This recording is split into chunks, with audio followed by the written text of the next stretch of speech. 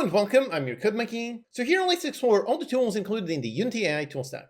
We're going to explore the various tools that are now integrated directly into the engine. We're going to see how they can help you make better games faster. One of the tools is the Assistant. This one can basically help you answer all of your questions. It can help you build some mechanic or understand why some error is happening. I think this one is really excellent, especially for beginners and especially for learning how something works. I think it's especially good for diving deeper into some tutorial or some course. The important thing is how this chatbot, this one was trained on the Unity docs themselves. So that is why it's much better at Unity-specific stuff than any other AI chatbot. Another very important benefit is how it actually has context of your project, so you can ask specific questions and specific things related just to your game, and it will actually give you some very good answers. And also another very important thing is how it's also capable of taking actions on your project. So things like helping you with level design or spawning objects, it is actually very capable. Then you also have the various generators. So you can generate some sprites, some textures, you can generate material, sounds, and animations. All of these tools have all kinds of outputs, all kinds of interesting options. You can play around all of these in order to get the exact output you want.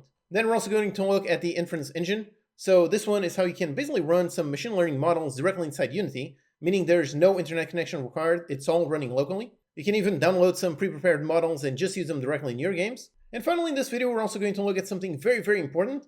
It is the Developer Data Framework. So this one is how Unity gives you full control over all your data and how it's actually used. So you can decide if you want to share data with Unity, and if so, specifically what data you want to share. So there's really a lot to cover in this video, there's timestamp in the description, and this video is sponsored by Unity. Okay, so let's get started working with Unity AI. Now, first of all, in order to be using Unity AI, you need to be using Unity 6.2. Right now it's in beta and it should be fully released sometime soon. So go ahead and install this version and create a project with it. As soon as you do, when you open up a project with 6.2, on the top left corner, you can already see an AI button. Then if you click on it, you can simply install all the AI tools. So yep, here in this project, I have them all installed. So you can go ahead and see all the tools. So we've got the Assistant and all the various generators. Let's begin over here with the Assistant. Like I said, I think this one is really awesome. I think it has some really great use case. When you open up, yep, you get a window just like this. You can chat with some kind of AI, so it's basically a chatbot, but it's a very capable one, and one specifically related to Unity, and one specifically with context of your project. So it's very much not just yet another AI chatbot. It is quite a lot more than that. If you click on this button to see what's new in 6.2, over here you get a nice overview of all the various tools that exist and what exactly they do. So yep, the Assistant is great. You can ask it all kinds of questions. You can drag references of specific errors and things like that. We're going to see that in a little bit. You can pass in some context of some kind of prefab or some kind of texture in your game.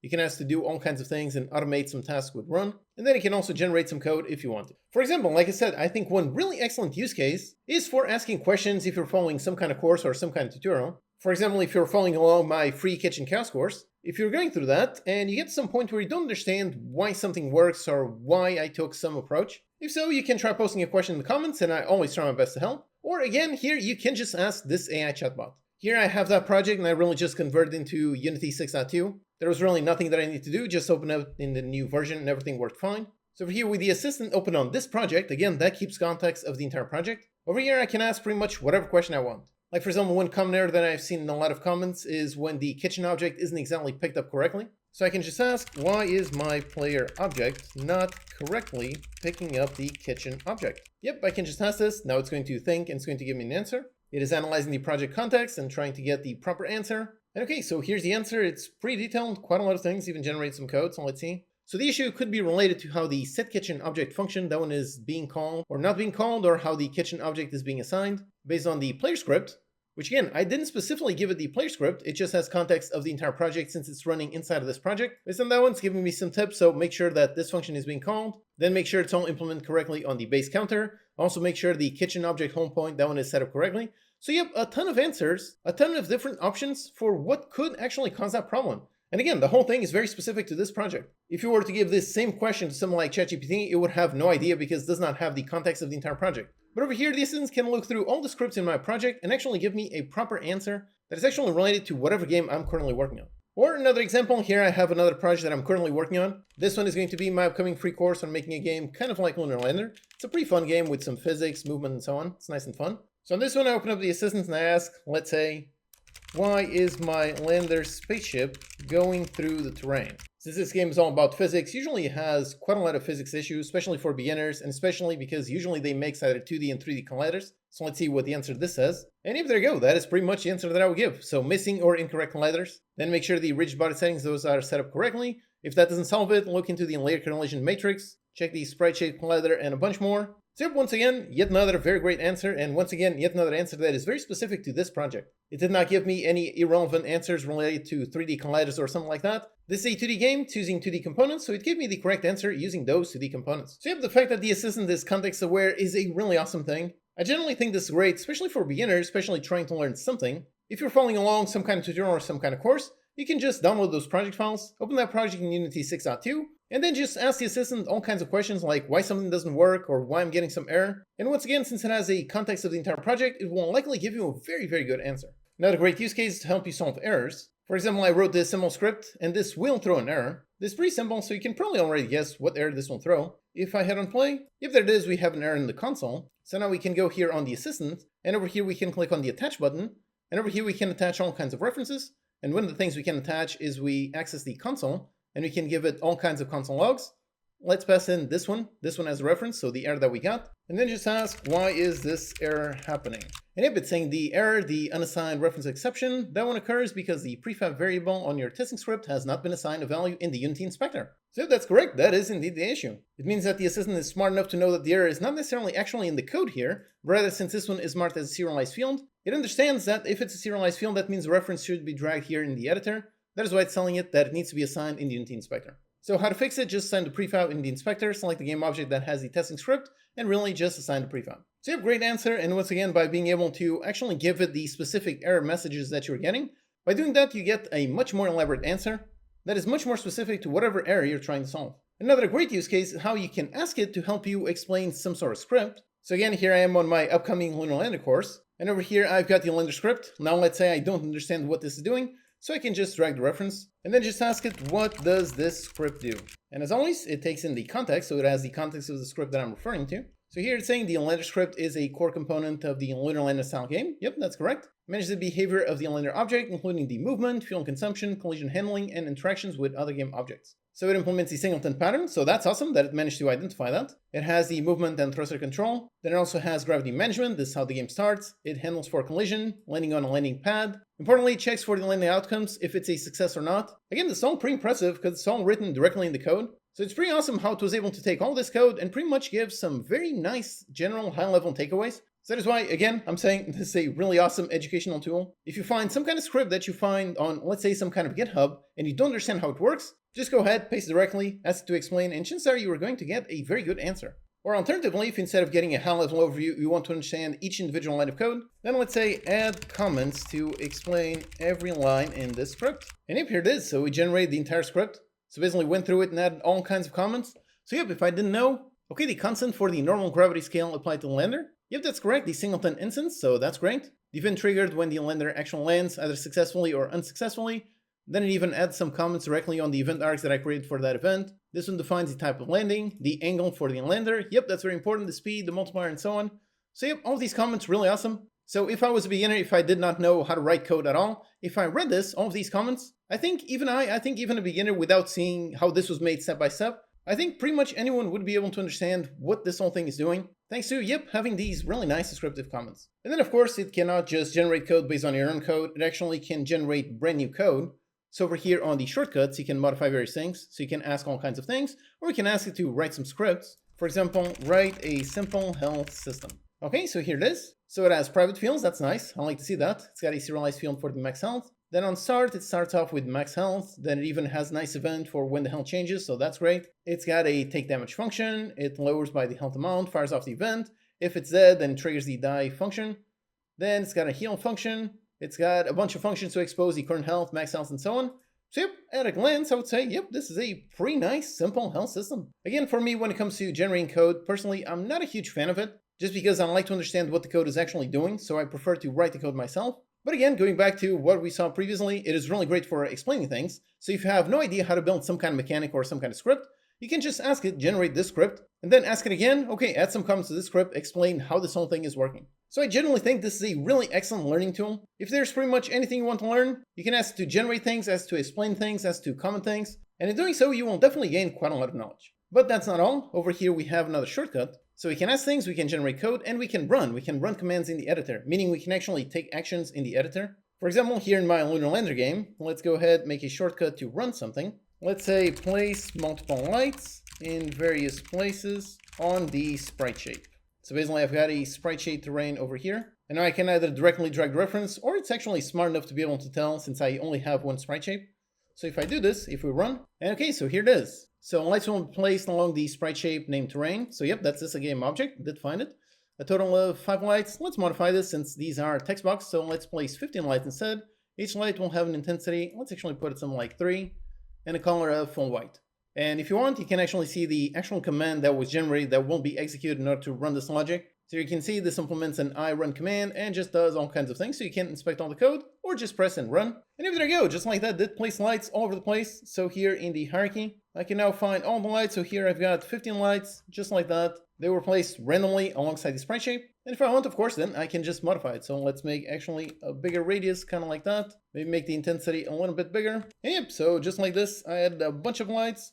So over my terrain, instead of everything being very barren, now it just has a bunch of lights randomly. So this tool can be quite useful for quickly doing some kind of level design. Alternatively, let's try something else. Let's say create a new UI window in the canvas with a text title saying settings. Okay, I didn't even give it the reference for the canvas itself, so let's see if it finds it. Okay, it's going to create a brand new UI window. It will have a light gray background and title text saying settings. And again, we can inspect the command logic if we want, or press and run. And okay, it created. So here we can see we've got a nice new UI window. And inside, yep, we do have the title text, even though over here we actually see it had a warning. So the warning is that Arial.ttf is no longer a valid built-in font. Please use legacy runtime. And it seems that it did use the legacy runtime.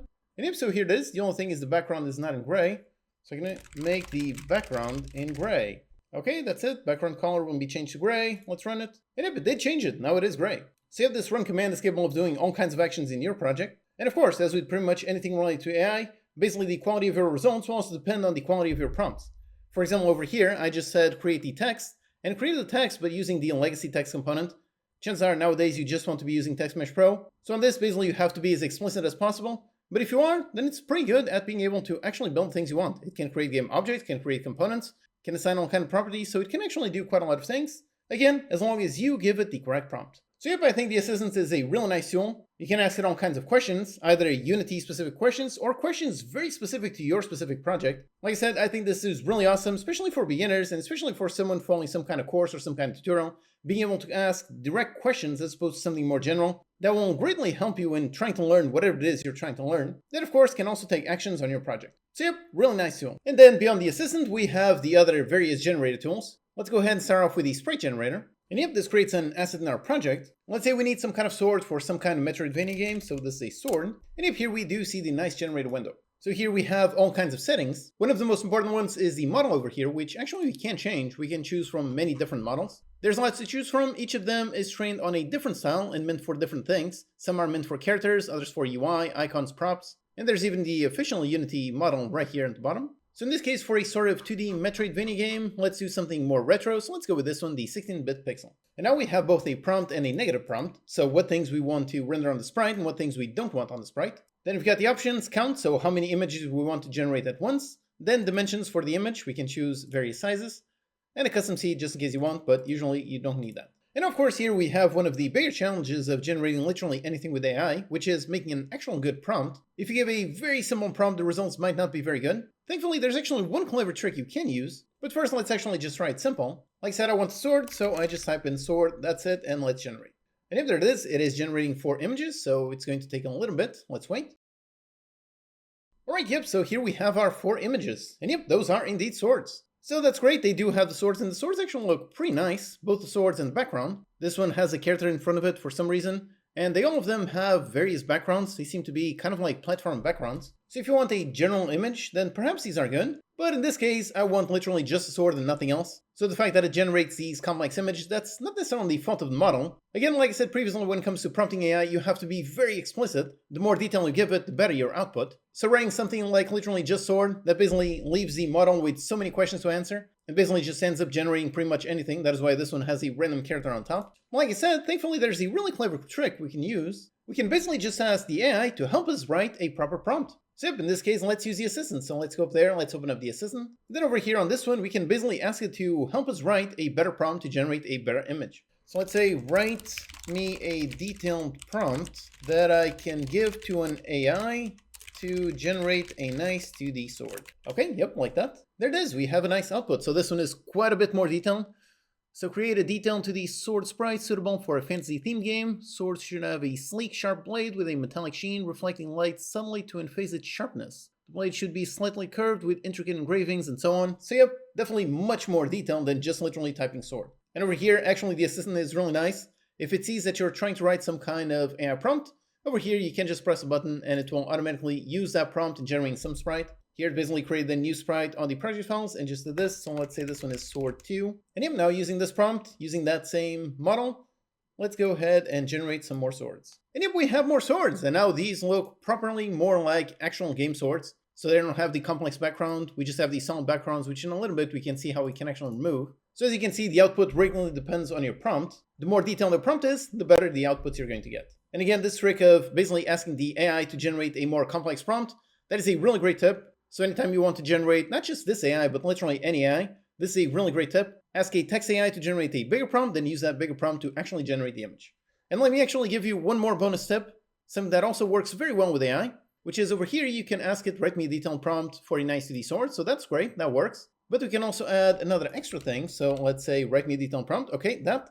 But then afterwards, ask me any questions you need in order to write the final prompt. So basically asking the AI to ask me questions and then use the answers from my questions in order to make the actual final prompt. Whereas up here, basically try to come up with a bunch of specific things like a sleek, sharp blade with a metallic sheen and so on. So it basically the AI made a bunch of decisions in order to figure out what sword I want. Whereas if I ask it for it, then it's basically going to ask me a whole bunch of these questions. Now I can try to answer a bunch of these. So let's say for the art style, let's say pixel art. For the theme, let's go with sci-fi.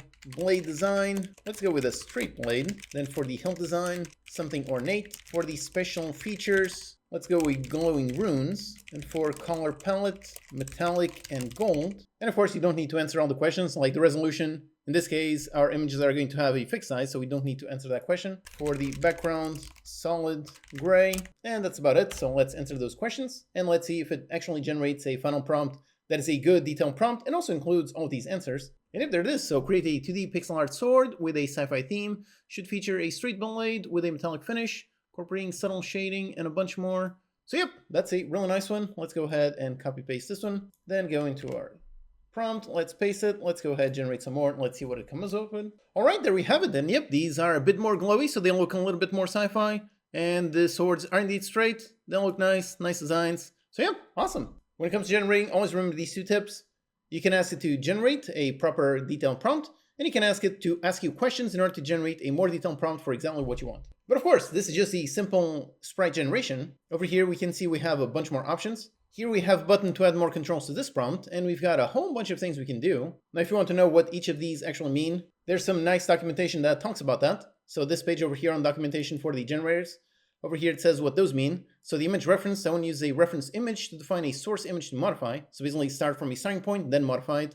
Then style reference, basically use a different style as a reference. Composition, so if you have like a sword here, character here, then basically tries to generate sword here, character here. Then the depth reference, this one I'm actually not entirely sure what it means. I think it's similar to composition, but instead of being one object here, it's more one object forward, one object back. Then the line art reference, this is one of the best ones. Basically you can draw very rough line art and it will generate using that line art. And the feature reference, something a bit more complex, basically tries to match some specific visual details. All of those are available here on adding more controls to the prompt. Like I said, the line art, that's one of the best ones, so let's go ahead with that one. And over here, yep, we do see this nice little area down here. This is an area for an image, so we can basically select pretty much any image we have in our project. We can select any image we want.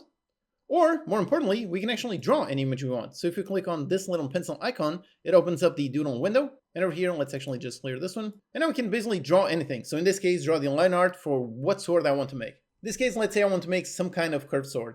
So let's go ahead, grab the brush, grab some kind of dark color. And for the sword, let's say I want to have the hilt kind of like this. And then the sword goes kind of like this. Yeah, there you go. Nice curved sword. You definitely don't have to draw it perfectly, which is awesome because I have no art skills. This is basically the best I can draw. So let's go ahead, save this. And there you go. There we have our nice line art reference. And then down here we have the strength. So the stronger it is, the more impact this will have on the final image. So it's very much a case of playing around this probably between 50 and 98 if you actually wanted to match the line art. Let's try 98 just to make sure that it actually creates some kind of curved sword. And by the way, here let me actually give you one very important tip that actually took me a while to figure out.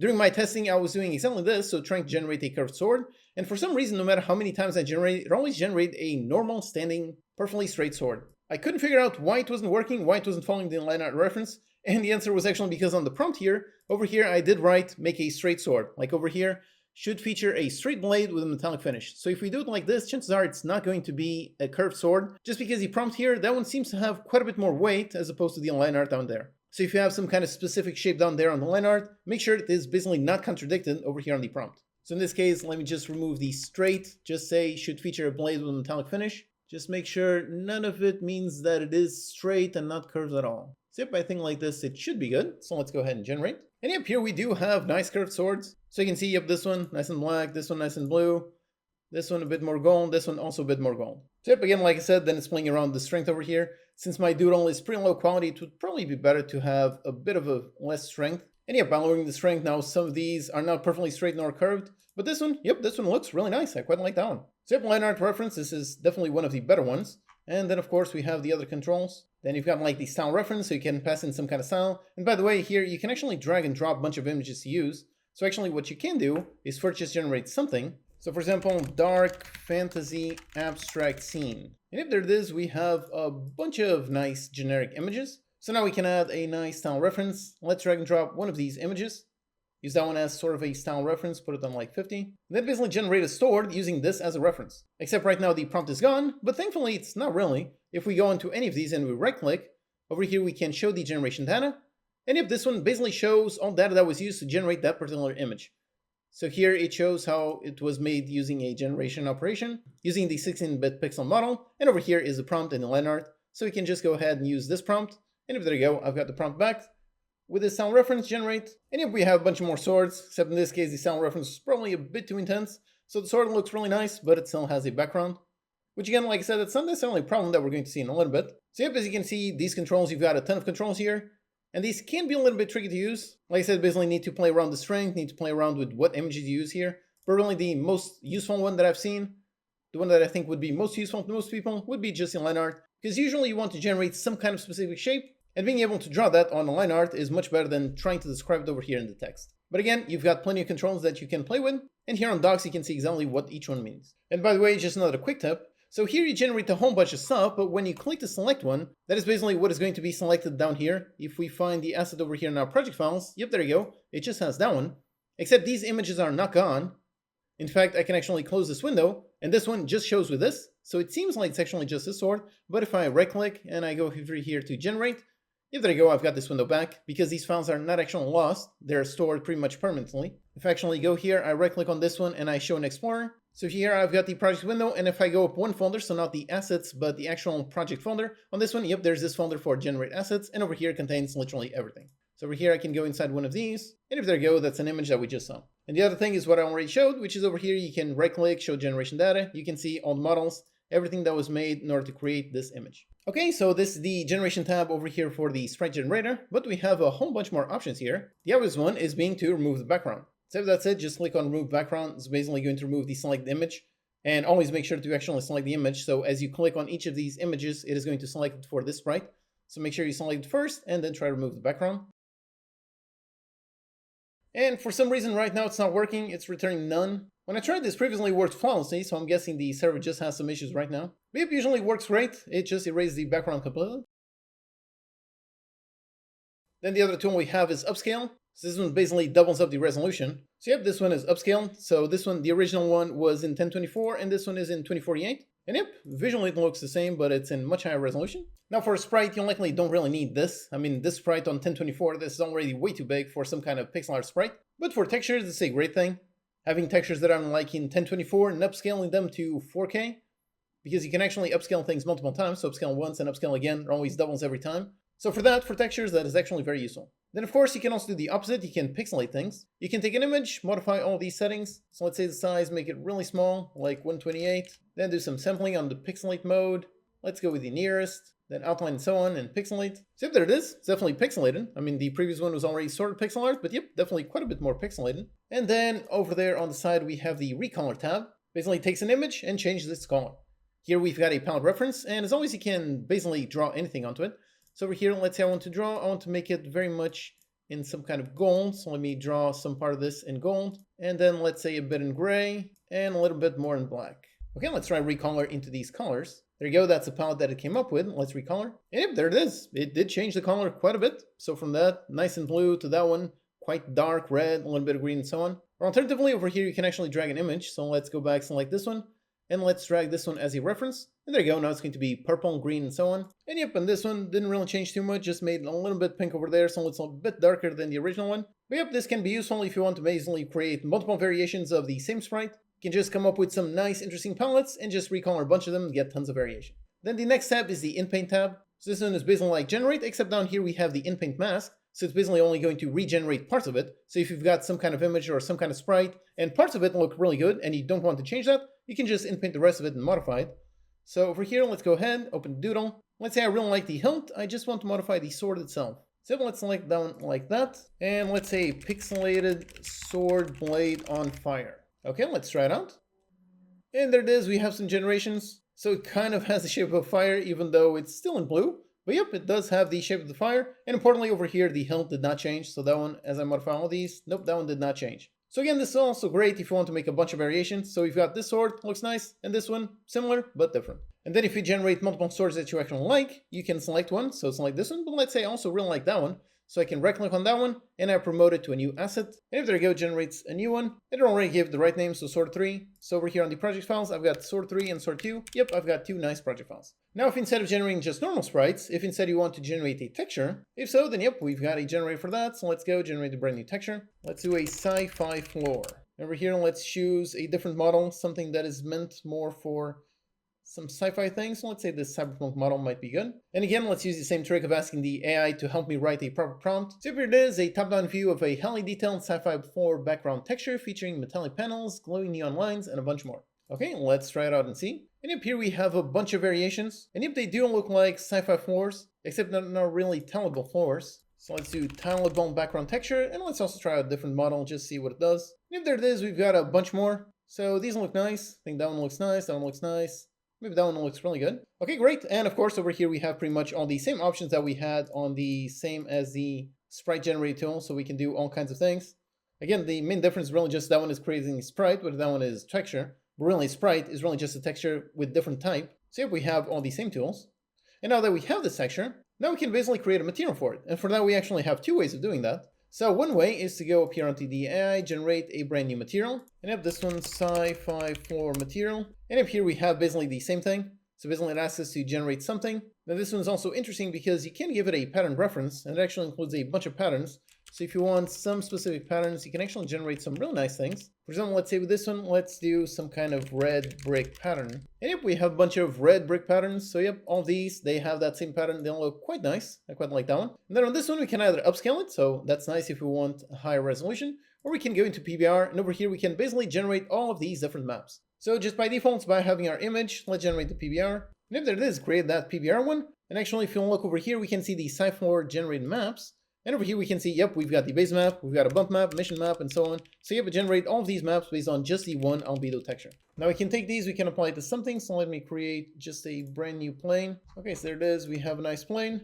And let's just attach our sci-fi floor. And if there it is, there we have our nice sci-fi floor. Let's make it a little bit bigger, and let's make it a bit more tileable, like that. And then maybe even play around the normal map, put something real intense like 5. There you go, now it looks super rough. Play around the smoothness. Can play around the height map. So up here we have a nice red bricks texture. So if you were prototyping some kind of game, instead of having it just be plain gray, having this in order to generate the texture literally in just a few seconds, that is really awesome. And the other method for generating materials, we can just go up here and let's just create a brand new material. So just normal material, sci-fi floor 2, or actually this sci-fi floor, this one is red bricks floor. And then this on the sci-fi floor. Over here on this one, let's just manually assign the sci-fi floor that we had previously over there on the base map. And now right click on this one, let's go into generate. And up here we are on the materials. Let's just go on the PBR tab and let's just generate the PBR. All we need to do is make sure that the base map over here, the image is assigned. And you've generated all the maps. So now let's just duplicate this one in order to see our new material. So the sci-fi floor. And if there it is, let's just tile it a little bit. Put on 5.5, increase normal map by a little bit. And if there it is, we have a nice little sci-fi flooring. So if we were making some kind of sci-fi game, yep, there you go, we've got a nice background. Okay, so we've already looked at generating textures, sprites, and materials. Now let's look at the sound generator. So let's create it. Let's say it's a sword slash. And over here, let's start simple. Let's say literally just sword slash. Let's put duration pretty small. Let's say just 2 seconds. Then yep, we've got these options that we're going to see in a little bit. So count 4. Yep, just like this. Let's go ahead and generate. And okay, we have 4 generations. So let's see what they sound like.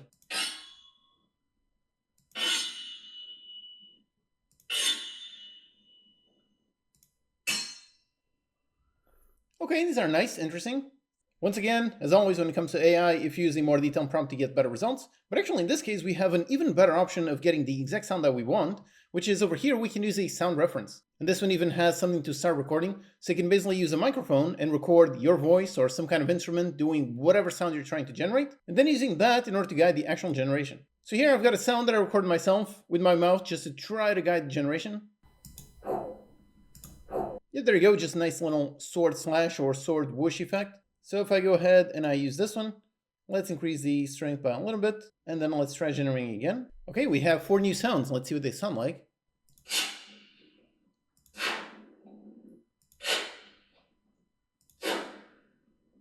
Okay, nice. So that does sound more like what I want, like a nice little sword whoosh, something like that.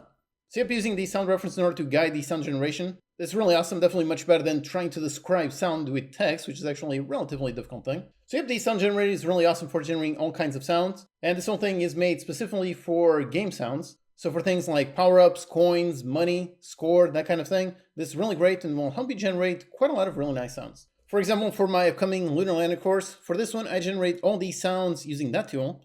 So here is the coin pickup. Then here's the crash sound. Then the fuel pickup. Then the landing success. And finally the thruster. So yep, as you can see, this tool is really awesome to help you generate all kinds of sounds. You can either just use text or use text and guide it in some way and you can get some really nice results. So the next generated tool that we have is in we can generate some new animations. Let's go ahead and use this one, make some kind of simple punch animation. And yep, here we have the window. And this one is text to motion. So we write a normal text prompt, basically generates a nice humanoid animation. So for example, just a simple punch animation, let's generate. And yep, right away here we have an animation and we can see the preview. Yep, that is indeed a punch. And over here we can see it's an animation. We can hit play over here on this one in order to see. And yep, there you go. That is indeed a nice punch animation. And this is a regular normal humanoid animation. So for example, here I have a simple normal humanoid character. On this one I can assign some kind of animated controller. Then here I can just drag the punch animation. And now I can just preview the animation over here on this one. And yep, there you go. It is doing a pretty nice normal punch animation. Just goes like that, punch, and it works on this character and works on literally any other humanoid character. So here are some more animations that I generated myself. So a nice kick. There you go, goes there. Pretty nice kick, that's cool. Then a picking up something from the floor. So yep, character just goes down, picks up something like that. So yep, this tool is great for helping you generate animations based on text. But whilst text to animation is a nice tool, we have an actually even better option. Here it is on the next tab, it's video to motion. So this one takes in a video as an input and basically generates an animation based on that video. So basically you've got some super cheap mocap animation. This is really great for making some very specific movements, some very niche animations. Here I have some videos that I recorded of myself just using my phone. So this one really just answering the phone. So just pick it up, answer a phone. Then over here, a nice interesting one, really just crouching down and trying to ult some kind of stealth game sort of animation. Then unholstering some kind of pistol. And then really just pointing in a general direction. So for example, let's generate this one, the crouching animation. Let's see if it can take this video and basically make a nice animation just like that. So over here, I can just drag the reference just like that. And there you go, just hit on generate. And now we wait. All right, yep, we have our animation. Let's see what it looks like. So there you go, character does crouch down and does walk forward. So that's nice. That's pretty much exactly what I recorded in the video. Really crouches down, moves forward. Yep, pretty much exactly right. Let's apply it over here onto this one. So there's the character. And there you go, crouches down and starts moving forward. So yeah, nice, awesome. This really is a great way of doing some very simple, very low cost, really nice mocap animation. They used to be something that cost thousands of dollars. You would need a proper studio, whereas now, just with a nice phone camera, record yourself doing something and you can get all kinds of custom animations. Now let's look at some more small things related to Unity AI. First, how you can actually generate things directly from the object picker itself. So for example, up here, if I create just a new empty sprite, just like that, and then let's say I want this sprite to generate something, over there on the object picker, you've got this nice generate new button. So you can just click on it, and there you go, shows up this. You can now generate whatever you want, some kind of coin. And if there you go, very quickly you've got a brand new sprite. So just a nice quality of life feature, so you don't have to manually create the sprite, then assign it, then generate it, and so on. You can just do it all very quickly just from this button over here from the object picker. Then you might have also noticed how all of these AI generated assets have this Unity AI label right here. This is how you can easily search your entire project to see all of the assets that were generated using Unity AI. If over here on the project files you right click and you search all the generated assets, over here it opens up the quick search window and basically looks for all the assets that have that exact label. So you can see basically everything that you generate using AI just on this one project. This can be super important if, for example, you just want to generate some AI stuff just for the prototype stage and then want to replace it all for the final game. Here you can easily see all of the AI generated assets that you have inside of this project. And then if you want, you can replace them one by one with proper assets. Alright, so we have one more AI tool, that's the Inference Engine. So this is what Unity used to call Synthesis. Now it's called the Inference Engine. And basically this is how you can run machine learning models directly inside Unity, so all local. Meaning you don't need an internet connection, there's nothing to the cloud, nothing. It all runs locally directly inside your game. That of course can make your models run both faster and cheaper. First, in order to use it, you need to install the package. So you need to go on the package manager and add a package by name and add with this name the com.unity AI inference. So over here, go into package management, package manager, then click on the plus icon, add by name, and pass in that name. And yep, here it is, the Inference Engine installed. And now how we use it is quite simple. You'll literally just need a model. And Unity themselves made a bunch of models. So over here on their Hugging Face page, over here you've got all kinds of models you can directly use directly inside your games. You can download any of these are all set up. For example, this one over here, the Jets text-to-speech. This one basically takes text as input and outputs some nice audio. Here it's got some very simple instructions, so just install the Inference Engine, then add this code onto the main camera, add an audio source, drag the Onyx file, that's the actual model file, drag the phoneme dict, then enter play mode, and you should hear the audio of the voice. So here in the files and versions, we can see we've got the runjets, the info, and a bunch more. So here I've installed that project. Over here I've got the runjet script, and I've got the actual model as well as the phoneme dictionary. Then on the main camera over here I attach that one, so I attach the script, I attach the default input text, and an audio source. So now if we hit on play, we should be able to hear it. Once upon a time, there lived a girl called Alice. She lived in a house in the woods. And yep, there you go. So you convert text into audio. So I can write whatever you want and test again. Hello and welcome, I'm your code monkey. That's funny. So yeah, it works. And again, this whole thing is running just locally. There's no connection to the cloud, nothing like that. It's all running just locally, directly on my PC in my game. You've got a bunch of pre-trained models already over here inside their Hugging Face page. For example, you can use Phi 1.5. This is the Microsoft model. It's a large language model with 1.3 billion parameters. So again, if you want to run something kind of like ChatGPT but run locally, then this would be great. Alternatively, here you've got YOLO. So this is a real-time multi-object recognition model. This is something that quite a lot of interesting projects use. It is capable of basically identifying objects. Then you've got the Whisper Tiny model. So this is a speech-to-text model. So it takes in audio and converts it into text. So yep, you've got all kinds of models over here, all pre-trained. So if you want to do all kinds of really interesting stuff using machine learning, but you don't want to use the cloud, which can be quite expensive, if you want to do it all locally, then yep, the Inference Engine is a really awesome thing. And now for something very important. In the latest 6.2 version, Unity has introduced what they are calling the Developer Data Framework. Like the text says, your data, your control, your Unity. So basically this gives you full control over what data you want to share with Unity. This is not just a Unity AI thing. These are a bunch of new settings that are applicable to pretty much anything related to Unity, but there's also some specific ones just for AI. In order to set it up, you go onto your dashboard, then select your project that you're working on, and then go over onto settings. Then here, yep, you can see developer data, and by default it has configuration required. This means that these options are opt-in, so by default, Unity will only process the essential data required just for the things to work, and then everything else, it's up to you to set your preferences. So over here, just click on the little edit icon, and yep, there you go. Take control of the data that Unity collects and uses on your behalf. So yep, until you start this, then it's pretty much just processing just the absolutely essential developer data. Everything else is waiting for you to fill out this form.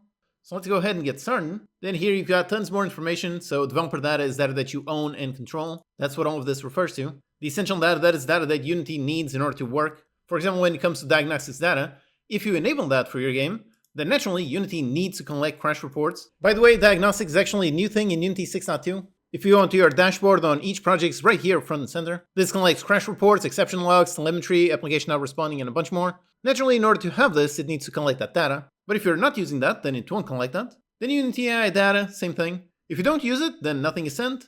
But if you do use it, then naturally things like prompts have to actually be sent into Unity. You can't really have the generator generate some kind of sprite without sending the prompt. Unity needs to receive the prompt in order to make it work. So that's an example of essential data. But again, that is only enabled if you use it. So if you don't use Unity AI, if you don't generate anything, then there are no prompts, no data being sent. Then here you've got the additional recommended data. So here you've got some more examples. So understanding crashes in context, improving your integrations. This one is additional, but it's optional. So if you want, you can disable or enable it. Again, it's up to you. Developer data is data you own and control. And here you have those settings. Then usage settings. So control the use of your developer data. This basically allows you to tell Unity how you want to use your developer data across the Unity ecosystem. So by default, the always enabled part is just things like your login on the Unity Hub. Then again, you've got the essentials, things that are required in order to make Unity actually work. This is the only part that is always enabled. Everything else, no other use are permitted without your authorization. Then do you want to share appropriately aggregated and de-identified cross-customer data? This is the kind of data that Unity uses to create all kinds of interesting data. For example, this is how you can gain insight into future player behavior based on machine learning, predictive analysis, and cross-app learnings. So if a lot of games have this enabled, then their machine learning models get a bit better at trying to understand player behavior. So especially for making mobile games, where player engagement is key, then this can be quite useful. Same thing for understanding how your game performs related to genres. And this extra data also helps you reduce player frustration by reducing their exposure to irrelevant ads. But again, this one is optional, so you can always disable it if you want to. Then you can enable them to create anonymized benchmarks in order to improve their machine learning models. You can let the technical support have access to your developer data in order to better help whatever questions you have. And you can give Unity access to your Google Analytics account data. This way they can give you some better recommendations specifically for your business. So yep, again, all of this is up to you. It's up to you to control. So if you want, you can disable all of them.